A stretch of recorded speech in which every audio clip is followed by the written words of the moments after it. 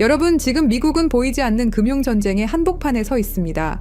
2025년 1월 트럼프 대통령은 백악관 집무실에서 첫 번째 주요 행정명령에 서명했습니다. 그 명령의 핵심은 단 한 줄. CBDC, 중앙은행 디지털 화폐의 모든 추진을 즉시 중단한다. 그는 기자들 앞에서 이렇게 말했습니다. CBDC는 디지털 감옥이다. 정부가 국민의 지갑을 통제하는 순간 자유는 끝난다. 나는 절대 그런 사회를 허용하지 않겠다. 이 발언은 단순한 정치적 수사가 아니었습니다. 트럼프 행정부는 곧바로 CBDC 연구팀 해산, 예산 전면 삭감, 연준내 관련 부서 폐지라는 후속 조치까지 단행했습니다. CBDC의 불씨를 아예 꺼버린 겁니다. 하지만 거기서 끝나지 않았습니다. 2025년 7월 워싱턴 DC 의회 의사당, 이른바 크립토 위크가 열렸습니다. 불과 며칠 동안 미국 금융사에 남을 3가지 법안이 잇따라 통과됩니다. 첫째, 제니어스 액트.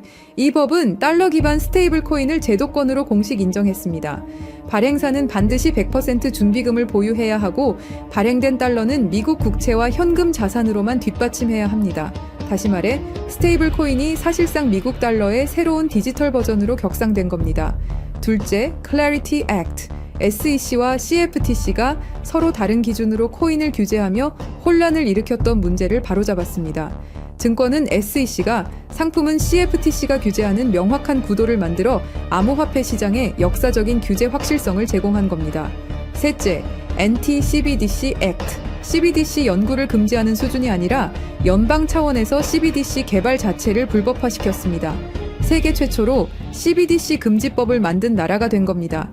이 세 법안이 동시에 통과되면서 트럼프 행정부는 분명한 메시지를 남겼습니다. 미국은 CBDC를 거부하고 달러 기반 스테이블 코인을 새로운 글로벌 표준으로 삼겠다. 여기서 중요한 질문이 생깁니다. 그렇다면 이 거대한 흐름 속에서 누가 핵심적인 역할을 맡게 될까요? 바로 리플입니다.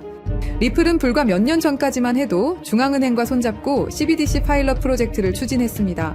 그러나 2025년 들어 상황은 급변했습니다. 리플은 홈페이지에서 CBDC 파트너십을 전부 삭제했고 대신 자체 스테이블 코인 출시를 공식 발표했습니다. 이 방향 전환은 우연일까요? 아니면 트럼프 정부의 정책과 보조를 맞춘 전략적 움직임일까요? 그 힌트는 백악관에서 직접 나왔습니다. 2025년 3월 트럼프 대통령은 기자회견에서 이렇게 언급했습니다. 미국은 디지털 금융의 리더가 될 것이다. 그리고 그 과정에서 XRP는 중요한 역할을 맡게 될 것이다. 대통령이 특정 암호화폐를 직접 지목하는 일은 매우 드뭅니다. 하지만 트럼프는 공개적으로 XRP를 전략적 자산으로 규정했습니다. 그리고 8월 또 하나의 사건이 터집니다. SEC가 XRP를 유틸리티 토큰으로 공식 규정한 겁니다. 3년 넘게 이어진 소송 공방은 사실상 종결 수순에 들어갔고 리플은 규제 리스크에서 벗어났습니다. 이 소식에 글로벌 금융사들이 움직이기 시작했습니다. 스페인의 산탄데르 은행, 일본의 SBI 그룹, 그리고 미국의 아메리칸 익스프레스까지 대형 금융기관들이 리플의 ODL 서비스를 채택하며 XRP 기반 국제 결제 네트워크를 가속화하고 있습니다. 이제 XRP는 단순한 암호화폐가 아닙니다. 트럼프 행정부의 정책, 글로벌 은행의 채택, 규제 확실성까지 얻으며 사실상 스테이블 코인 시대를 떠받칠 핵심 인프라가 되어가고 있는 겁니다. 하지만 여기서 우리는 더 근본적인 질문을 던져야 합니다. 리플은 정말 자유를 위한 기술일까요? 아니면 오래전부터 딥스테이트가 설계한 시스템의 일부일까요? 지금부터 여러분께 말씀드릴 이야기는 조금은 불편한 이야기일 수 있습니다. 하지만 이 정보를 알고 있는 사람과 모르는 사람은 앞으로 전혀 다른 길을 걸을 것이라고 생각합니다. 2011년 당시 암호화폐 시장을 잠깐 떠올려 보겠습니다. 비트코인은 세상에 막 알려지기 시작했지만 그 생태계는 아직 미숙했습니다. 거래는 느렸고 수수료는 비쌌으며 채굴 난이도는 급격히 오르고 있었죠. 당시 마운트 곡스를 세웠던 개발자 제드 맥케일럽은 누구보다 이 문제를 잘 알고 있었습니다. 이 방식으로는 결국 한계에 부딪히고 말 거다. 채굴 없는 더 빠른 시스템이 필요하다라고 말이죠. 그때 제드 곁에 합류한 인물이 있습니다. 바로 천재 개발자 아서 브리토입니다. 브리토는 합의 알고리즘에 매달리며 제드와 함께 전혀 다른 방식의 디지털 화폐 시스템을 설계하기 시작했죠. 여기에 아서 브리토의 적극 추천으로 또 한 명의 인물이 리플 개발에 참여합니다. 지금 리플의 기술 개발 총괄 데이비드 슈워츠죠. 그는 NSA 계약 엔지니어 출신으로 암호학과 보안 분야의 전문가였습니다. 슈워츠가 합류하면서 그들의 설계는 급격히 구체화됩니다. 이들은 마치 비밀 연구팀처럼 숨어서 새로운 금융 네트워크의 원형을 만들어갔습니다. 훗날 세상이 XRP 레저라 부르게 될 그 시스템이 바로 이때 태동한 것입니다. 하지만 문제는 분명했습니다. 뛰어난 기술만으로는 세상을 바꿀 수 없다는 것. 은행, 규제, 그리고 거대한 자본을 뚫을 수 있는 비즈니스 두뇌가 필요했죠. 여기서 크리스 라센이 등장합니다. 실리콘밸리 금융권에서 이미 입지를 다진 그는 이 기술의 잠재력을 곧바로 알아보았습니다. 라센은 회사를 오픈코인이라는 이름으로 세우고 거대한 자금을 끌어옵니다. 그때 당시 초기 투자자 명단은 지금 봐도 놀라운데요. 피터 틸의 파운더스 펀드, 안드리센 호로위츠, 구글 벤처스, 실리콘밸리의 가장 무거운 돈줄들이 이 새로운 프로젝트에 베팅한 겁니다. 이 순간 단순한 암호화폐 실험은 글로벌 금융 질서를 흔들 계획으로 변신하게 됩니다. 그러나 내부의 균열이 곧 그 모습을 드러내게 되는데요. 초기 발행된 1000억 XRP, 그 대부분이 회사와 창립자들에게 배분된 사실이 알려지면서 사전 채굴 논란이 불거졌죠. 이 와중에 제드와 라센은 방향성을 두고 충돌합니다. 제드 맥케일럽은 탈중앙, 공정한 시스템으로 가야 한다는 입장이었고 크리스 라센은 은행과 손잡고 제도권을 장악해야 한다라는 입장이었죠. 갈등은 결국 파국으로 치닫습니다. 제드는 회사를 떠나게 되고 스텔라라는 새로운 프로젝트를 씁니다. 그리고 이때 한 인물이 조용히 그림자 속으로 사라집니다. 바로 천재 개발자 아서 브리토였습니다. 그는 공개적인 갈등에 끼지 않았습니다. 대외적으로 모습을 드러내지도 않았습니다. 은둔형 천재라는 말 그대로 회사 전면에서 흔적 없이 사라져버린 겁니다. 남은 건 크리스 라센과 데이비드 슈워츠. 이들은 회사를 재정비해 리플을 은행과 연결시키는 데 집중했습니다. 미국, 유럽, 일본의 은행들이 파일럿 프로젝트를 돌리기 시작했고 리플은 곧 비트코인과는 다른 제도권을 위한 암호화폐라는 이미지를 얻게 됩니다. 하지만 그와 동시에 여러 이야기들이 리플의 주변을 맴돌았죠. 리플은 사실 NSE와 연결돼 있다. 미국이 스위프트를 대체하기 위해 민간 프로젝트로 리플을 밀고 있다. 트럼프 캠프와도 로비를 시도했다. 사실 여부는 확인되지 않았지만 리플이 너무 일찍부터 글로벌 은행망과 연결된 건 부정할 수 없는 사실이었습니다. 그러던 중 2020년 드디어 미국 증권거래위원회 SEC가 칼을 빼듭니다. XRP는 미등록 증권이다.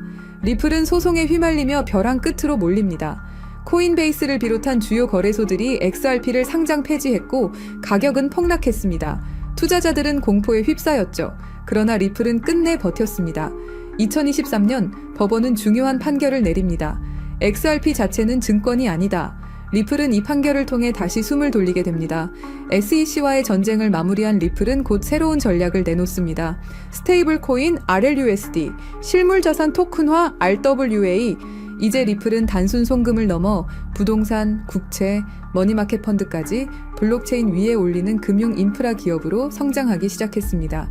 그리고 바로 여기서 다시 한번 한 이름이 등장합니다. 아서 브리토. 오랫동안 그림자 속에서 자취를 감췄던 그가 이제 다시 XRP 레저 개발에 조용히 참여하며 리플이 그리는 새로운 금융세계의 설계도에 합류한 겁니다. 리플의 이야기는 단순한 암호화폐의 역사가 아닙니다. 제드가 씨앗을 뿌리고 브리토와 슈워츠가 기술을 완성하며 라센이 세상에 드러내고 수많은 갈등과 음모론 그리고 SEC와의 전쟁까지 겪어낸 스토리가 있는 기업이죠. 그리고 지금 사라졌던 창립자 아서 브리토가 다시 돌아왔습니다. 7년 만에 다시 돌아온 이유는 무엇 때문일까요? 2011년 세상에 공개된 리플의 백서, 그 백서를 쓴 인물 바로 아서 브리토입니다. 대부분의 사람들은 그를 그냥 리플 창시자 혹은 뛰어난 개발자쯤으로만 알고 있죠. 하지만 그의 진짜 정체를 알게 되면 아마 소름이 끼칠지도 모릅니다. 아서 브리토는 철저히 베일에 쌓인 인물입니다. 리플의 공동 창립자이자 핵심 개발자였지만 그의 얼굴을 본 사람조차 거의 없습니다. 지금도 연락이 닿는 건 극소수 리플의 초기 개발팀 정도라고 알려져 있죠. 그런데 여기서부터 이야기는 이상하게 흘러갑니다. 브리토는 과거 미국 국방부 산하 첨단기술연구소인 다르파와 협력했고 심지어 NSA, 미국 국가안보국의 자문위원으로도 활동한 경력이 있다는 겁니다. 그리고 놀라운 건 현재 리플의 최고 기술 책임자이자 수석 개발자인 데이비드 슈워츠 역시 바로 NSA 출신입니다. NSA가 어떤 곳인가요? 2013년 내부 고발자 에드워드 스노든이 세상에 폭로한 그 이름, 미국 전역을 대상으로 불법 감청과 감시를 벌이던 그야말로 딥스테이트의 핵심 정보기관으로 지목된 바로 그 조직입니다. 여기서 우리가 주목해야 할 건 이건 더 이상 단순한 개발자의 경력이 아니라는 겁니다. 브리토와 슈워츠는 딥스테이트와 암호화폐를 연결짓는 결정적 인물일 수 있다는 거죠. 그리고 가장 수상한 대목, 아서 브리토는 리플 백서를 발표한 직후 갑자기 세상에서 사라졌습니다. 완전히 말 그대로 증발해버린 겁니다. 왜일까요? 답은 의외로 간단할 수 있습니다. 임무 완료. 시스템은 구축됐고 그의 자리를 대체할 사람, NSA 출신 데이비드 슈워츠도 남겨두었습니다. 그 후 리플은 진심으로 혁신을 추구하기 시작했습니다. 직원들은 진짜로 금융 시스템을 바꿀 수 있다고 믿었고 투자자들도 이 기술의 가능성에 매료됐죠. 그리고 그게 바로 딥스테이트의 진짜 계획이었습니다. 가짜 열정은 금방 들통납니다. 하지만 진짜 열정으로 만든 기술은 완벽한 도구가 됩니다. 의심할 수 없게 되니까요. 리플이 성공할수록, 더 많은 은행들이 채택할수록, 더 많은 사람들이 신뢰할수록 그들의 계획은 조용히 그러나 치밀하게 완성되어 가고 있었던 겁니다.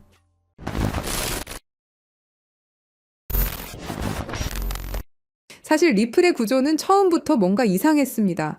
리플은 RPCA라는 방식으로 거래를 처리합니다. 쉽게 말해 전체 검증자 중 80%가 오케이 해야 거래가 승인되는 구조죠. 그런데 여기서 중요한 개념이 있습니다. 바로 UNL. 이게 무슨 말이냐면 믿을 수 있는 검증자 리스트를 따르는 구조라고 보시면 됩니다. 문제는 그 리스트를 누가 정하느냐는 거죠. 바로 기존 권력자들이 정합니다. 새로 들어오고 싶다면 허락을 받아야만 들어올 수 있습니다. 겉보기엔 마치 모두가 자유롭게 참여하는 개방된 시장 같지만 속을 들여다보면 결국 소수의 권력자들만 투표하는 시스템이죠. 국민 투표합니다 라고 해놓고 미리 짜인 대표들만 투표권을 갖고 있는 구조와 다를 바 없는 겁니다. 이 구조 자체가 딥스테이트가 설계한 통제 시스템일 가능성이 있다는 게 저의 생각입니다. 그리고 딥스테이트는 리플에게 계획적으로 시련을 주는데요. 바로 SEC의 소송이죠. 여기서 잘 한번 생각해 보시면 SEC는 수천 개가 넘는 코인들 중에 왜 하필 리플에게 소송을 걸었을까요? 이건 단순한 규제가 아니라 치밀하게 짜여진 스토리일지도 모릅니다. 리플은 정부와 맞서 싸우는 암호화폐다라는 이미지를 심어주는 거죠. 그래야 사람들에게 리플은 정부와 싸우는 코인이다라는 이미지를 심을 수 있으니까요. 그리고 여러분도 아시다시피 리플의 승리로 인해서 정부를 이긴 영웅처럼 포장되죠. 그렇다면 딥스테이트는 이 모든 시나리오를 어떤 힘이 있길래 가능하게 할 수 있었던 걸까요?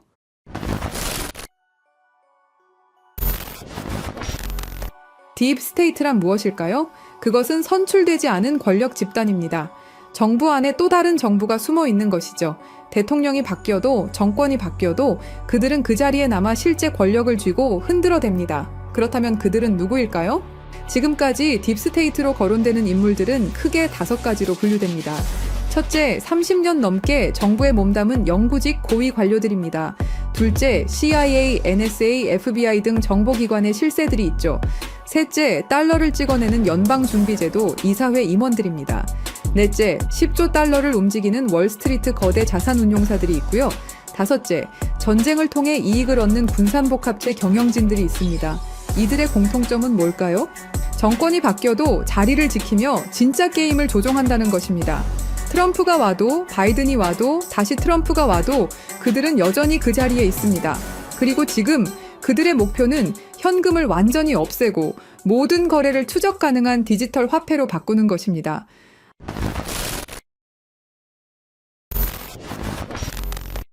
딥스테이트의 궁극적 목표는 현금을 완전히 없애고 모든 거래를 통제 가능한 디지털 화폐로 바꾸는 것입니다.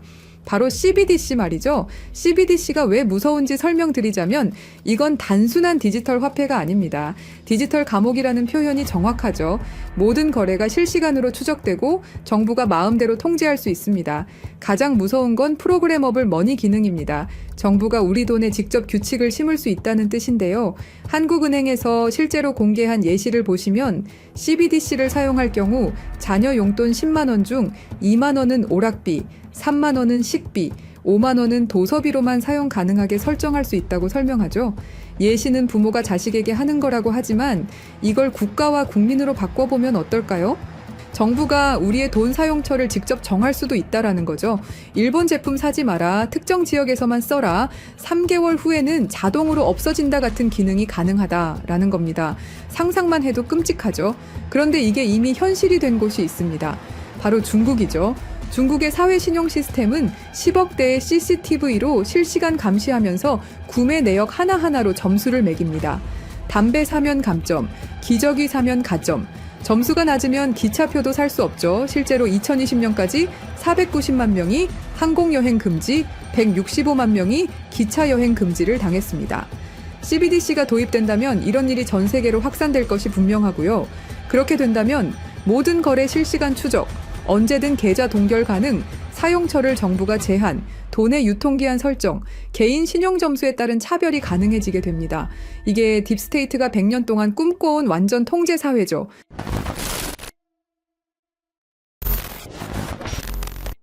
하지만 예상치 못한 변수가 나타났습니다. 미국의 대통령이죠.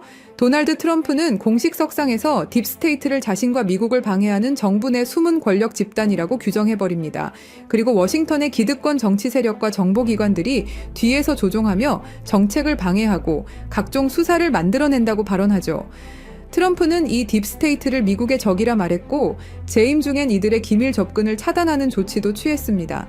딥스테이트를 청산해야 할 내부의 적으로 보고 있고 반드시 제거하겠다고 다짐했었죠. 그러면서 트럼프가 CBDC를 제외시키고 선택한 게 바로 스테이블 코인입니다. 트럼프 대통령은 달러 기반 스테이블 코인은 달러의 지배력을 더욱 강화하는 데 기여할 것이라고 강조했습니다. 그리고 2025년 7월 18일 트럼프 대통령이 지니어스 법에 서명하면서 스테이블 코인의 법적 기반이 완성되었습니다. 이건 딥스테이트의 CBDC 계획에 대한 직접적인 도전장이었죠. 이제 두 시스템이 정면으로 충돌하고 있습니다.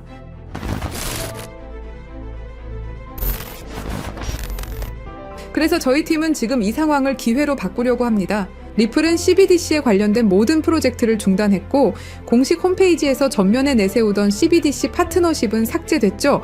그리고 스테이블 코인을 출시했습니다. 트럼프 정부의 반 CBDC 정책으로 인해서 딥스테이트의 계획은 당분간 조용히 때를 기다릴 것으로 예상됩니다. 하지만 이게 끝이 아닙니다. 오히려 스테이블 코인 시장으로의 대대적인 자금 이동이 시작될 것이다 라는 판단입니다. 크립토 퀀트에 따르면 달러 기반 스테이블 코인 시장은 지난 1년간 46% 성장했고 세계 최대 스테이블 코인 발행사 테더는 작년에만 130억 달러, 한화로 19조 원의 순이익을 기록했습니다. 그리고 글로벌 투자은행 번스타인은 스테이블 코인 시장이 내년까지 5천억 달러에 도달할 것으로 전망했죠. 이건 지금 시장 대비 4배 이상의 성장을 의미합니다. 그렇다면 스테이블 코인 급성장 시 최대 수혜주는 어떻게 될까요? 여기서 핵심은 스테이블 코인이 폭발적으로 성장할 때 그 생태계를 뒷받침하는 다양한 인프라들이 함께 급등할 것이라는 점입니다. 주목해야 할 플레이어들은 정해져 있습니다. 직접적으로 보자면 서클, 테더, 월드리버티 파이낸셜이 있겠죠. 하지만 투자자 입장에서는 다른 관점을 생각해봐야 됩니다. 인프라 생태계, 여기가 진짜 핵심이라고 할 수 있습니다. 스테이블 코인 거래량이 폭발하게 되면 뒷받침할 다양한 블록체인 생태계에 대한 수요가 기하급수적으로 증가할 겁니다. 현재 주류 체인들로는 절대 감당할 수 없는 수준의 거래량이 몰려오겠죠. 그때 필요로 하는 블록체인 기술은 고성능 레이어 1, 블록체인을 통한 대용량 거래 처리 능력, 레이어 2, 사이드체인 같은 확장 솔루션, 분산형 거래소 프로토콜, 디파이 네트워크, 브릿지 프로토콜 등이 있습니다. 느낌이 오셨나요? 우리는 이 흐름으로 최대 수혜를 받을 수 있는 프로젝트에 투자를 해야 됩니다. 이 중에서도 특히 주목해야 할 프로젝트가 바로 입니다. 이 코인은 지금 어떤 상호 운용성 제공업체보다도 더 많은 블록체인을 연결하고 있고 그 격차는 계속 벌어지고 있습니다. 서클과 같은 주요 기업들과의 파트너십을 통해 USDC와 EURS의 크로스체인 전송을 이미 지원하고 있죠. 파이어블락의 데이터에 따르면 2024년 스테이블 코인은 플랫폼 거래량의 거의 절반을 차지했으며 전 세계 USDC와 USDT 거래량의 상당량이 이미 이 코인을 통해 라우팅되고 있습니다. 이 코인은 30개 이상의 주요 메이저 네트워크를 연결하고 연결된 체인의 수정이 필요 없다는 큰 장점이 있습니다. 전 세계 굵직한 은행 금융기관들과 파트너십은 당연한 이야기죠. 글로벌 블록체인 상호 운용성 시장은 연간 25%에서 30% 성장하여 2030년까지 수십억 달러 규모에 달할 것으로 예상됩니다. 스콧 베센트 재무장관이 공식적으로 언급한 수조 달러 규모의 미국 국채 수요는 스테이블 코인 담보로 들어갈 국채 수요를 의미합니다.